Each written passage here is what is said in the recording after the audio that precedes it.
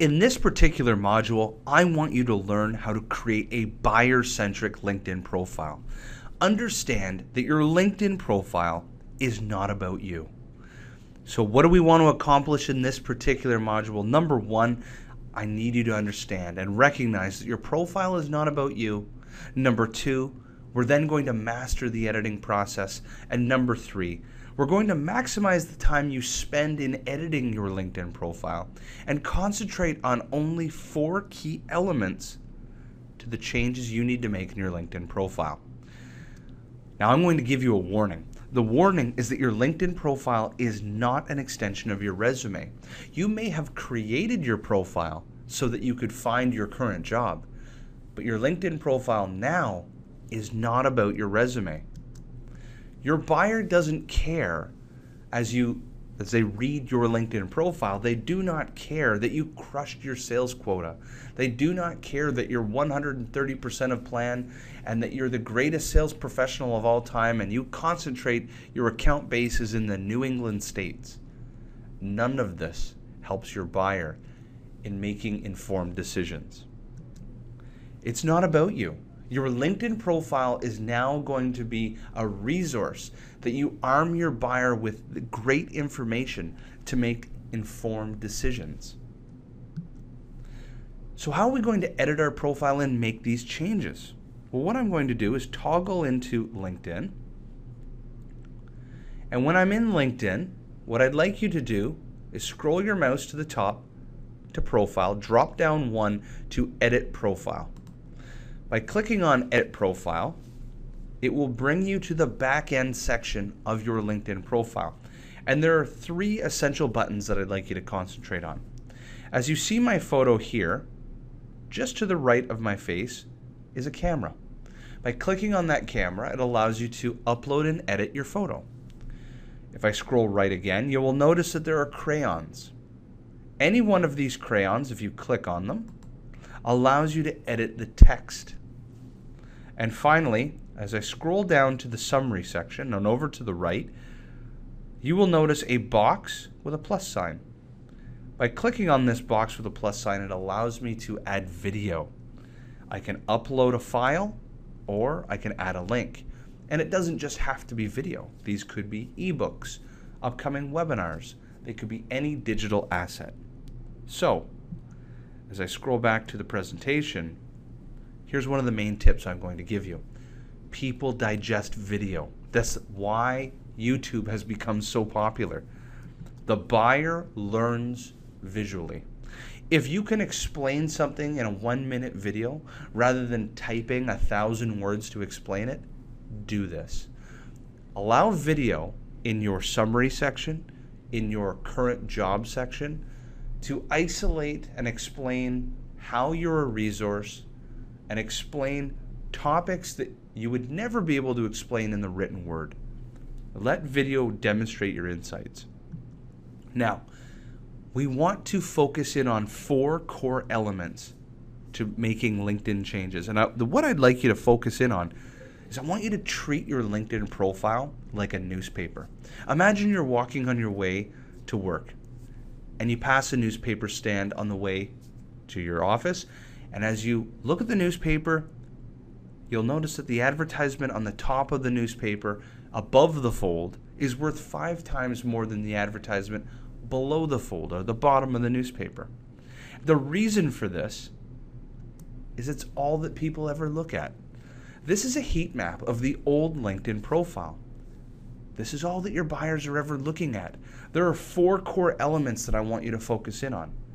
Your photo, your headline, your summary with a call to action, and recommendations. So let's go into each one of these and make these changes. The first I want you to focus in on is your photo. In 2.5 seconds, the buyer looks at your LinkedIn profile and subconsciously sizes you up, decides if you're trustworthy, decides if they do or do not want to do business with you.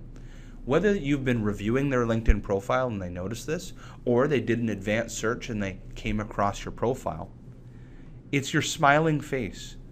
It's the headshot from the top of your head to your shoulders that clearly identifies what you look like. This is what people need to see. So to adjust your photo, come to Profile, drop down to Edit Profile and click this. Once you do, you will be on this screen and you can click the camera. Upload a photo that is clear, crisp, professional, preferably with a white backdrop. Makes it easy to identify who you are in a crowd. Number 2, it's your headline. This is your value statement. No longer are you going to look at your headline as sales rep at company ABC or account manager at company XYZ.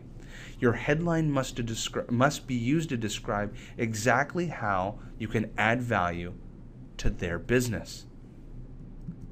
I'm going to open up my headline. In my headline, you will notice that I'm describing, using keywords, how I'm the world's definitive social selling training program. We use crowdsourcing for social selling. And of course, I've indicated the company that I work at. What's key to this is that you're using keywords to describe the value you offer the buyer, not the job function that you have. Number 3, the summary and the call to action. Now, when people look at your profile, what I'm going to do is quickly toggle into my profile. I'm actually going to show you the live version under Profile here. People look at your photo, they look at your headline, and next is your summary. And in your summary, it is used to describe who you are, the value you offer clients, examples of the value you've offered clients. It needs to sell people on how you add value, not what you do on a day-to-day basis. Now, what's important to understand is that anybody that knows me in a first degree has access here to my contact information. My contact information will show email, phone number, Twitter as an example. But the majority of your buyers and prospects are not connected to you in a first degree. So the only information they have is in your summary section. And in your summary section, they read it and they need to understand, who are you? What value do you offer them? And give some empirical evidence to demonstrate that you've offered this value to other people just like them, such as clients. But most importantly is the contact information. Those that do not have access to my first degree network, which are second and third degree, now have access to this contact information, my email and my phone number. And finally, the recommendations. This is your validation.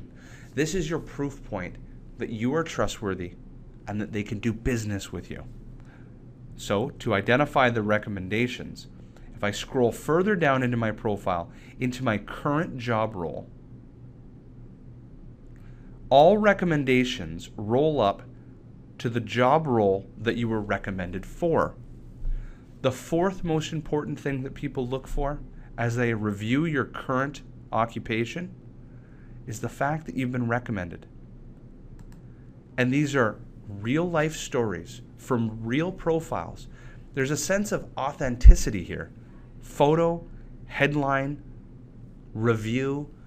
People may know some of these individuals that have given the recommendation. The recommendation is so powerful because it is validation that you are trustworthy and that you are worth doing business with. So as a next step, here's what I'd like you to do. To summarize, number 1, I would like you to read your LinkedIn profile, but from your buyer's perspective. I want you to read it and ask yourself, what's in it for me? Why should I care? Number 2, click on Edit Profile and make those essential changes. As number 3, the 4 essential changes I'd like you to make to your LinkedIn profile, again, are photo, headline, your summary section with a call to action, and acquire recommendations.